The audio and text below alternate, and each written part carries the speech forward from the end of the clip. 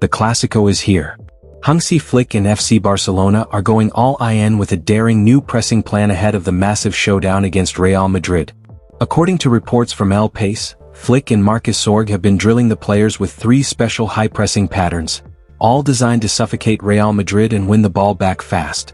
But that's not all. This El Clásico comes with huge tension off the pitch too.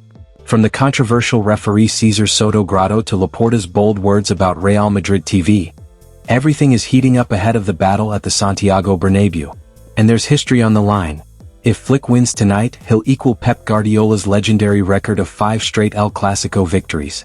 Stay tuned as we break down Flick's bold tactics, the referee controversy, and what's truly at stake in this high-voltage El Clásico. 3 special pressing patterns Hansi Flick focused on before El Clásico report. As the massive clash against Real Madrid approaches, Hansi Flick and his coaching team at FC Barcelona have been putting the squad through some intense high-pressing drills.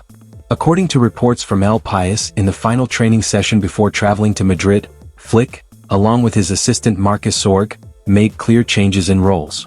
For example, Fermín López was tasked with pressing on Madrid's right back, while Ferran Torres and Marcus Rashford attacked the centre-backs.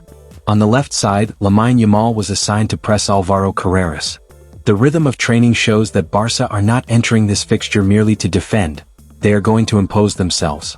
Flick's style, over his tenure, has placed a strong emphasis on controlling possession and pressing high as soon as the ball is lost. Analysts have noted that Barcelona under him rank among the teams with the lowest PPDA, passes allowed per defensive action, in La Liga, which is a sign that they seek to win the ball back quickly. A tactical gamble that could push Barça.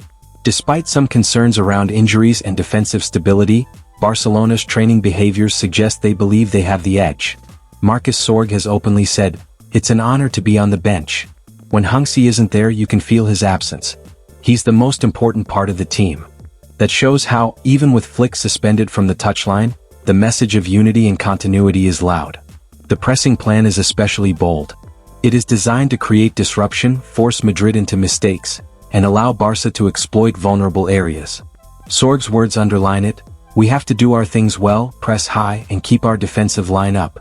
If we change anything, we lose our structure, and that doesn't help." The context is also in Barça's favor. Although Madrid boast their usual potency, Barcelona go into this game confident and prepared. The high-press game is less flashy than spectacular possession, yet it is what often makes the difference against big opponents. Barcelona's past with referee César Soto Grado adds difficulty to El Clásico.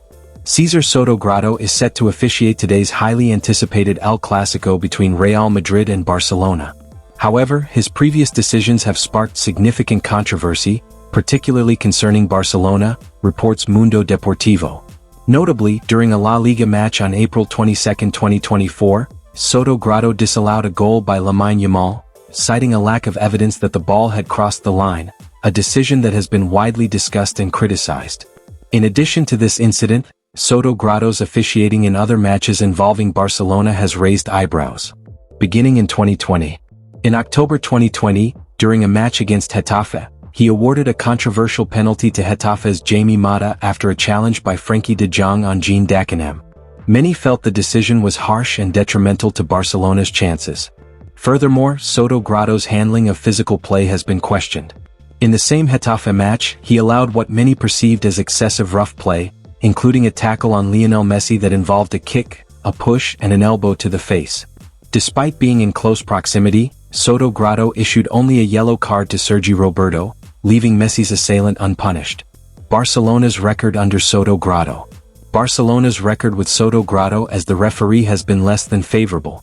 In the 2023-24 season, he officiated a match between Barcelona and Getafe that ended in a 0-0 draw.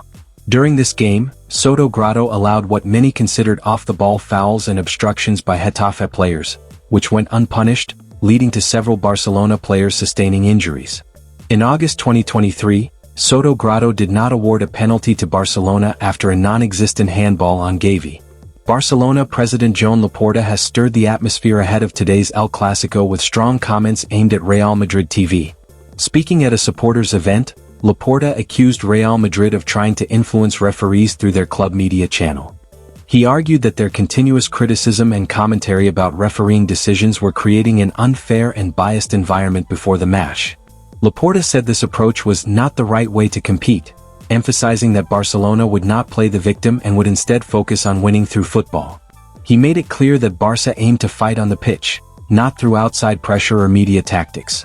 However, many observers believe his words might also be an attempt to deflect attention from Barcelona's current struggles, with several key players missing and the team under pressure. Despite his criticism, Laporta ended on a confident note, insisting that Barça would head into the Bernabéu with belief, pride, and the goal of earning a big result against their biggest rivals. "It's not the right way to proceed," Laporta said, emphasizing that Barcelona do not intend to play the victim. With what their television network is doing, they're influencing the referees. It's a strategy for winning that shouldn't exist. They can't say the referees are hurting them or favoring Barça. "We're not playing the victim, we'll try to win at the Bernabéu once again." However, these remarks appear more like an attempt to deflect attention from Barcelona's own struggles this season. Real Madrid, with a full squad and consistent form, have shown no need for such theatrics. "Let's prepare for a great match where we're all convinced our team will give us great joy.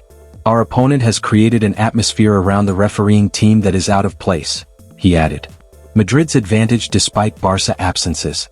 Looking ahead to the Clásico, Laporta insisted Barcelona is confident, saying, "We feel very good and we're going in with a winning mentality." Yet the reality tells a different story. Barcelona will miss key players like Rafinha, Robert Lewandowski, Gavi, and Marc-André ter Stegen, which significantly weakens their squad against a well-prepared Real Madrid. In contrast, Real Madrid have shown consistency on all fronts, both in La Liga and European competitions. With a fully fit squad and the confidence of recent victories, Madrid enter the clash in a position of strength. The comments from Laporta, rather than boosting his team, highlight the pressure Barcelona face and the narrative they are trying to control. Real Madrid, meanwhile, remain focused on the pitch. History shows that the Bernabéu is where the team often thrives under pressure, and with Barcelona grappling with injuries and internal distractions, Madrid have the edge going into the much-anticipated fixture. Source: Marca.